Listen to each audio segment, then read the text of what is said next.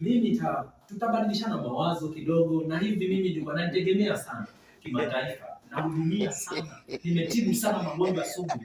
Kwa sina shaka kabisa umefika kabisa. Umefika hapa, hakuna shida kabisa. Wewe unafanya nini? Alokwambia kwa basalamu na.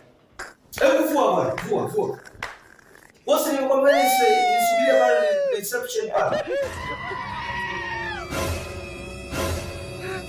Unataka kuniharibia kaseti?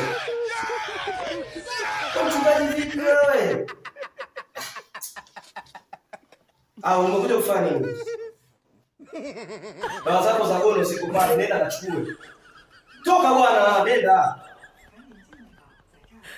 Samahani. Huyu ni mgonjwa wetu.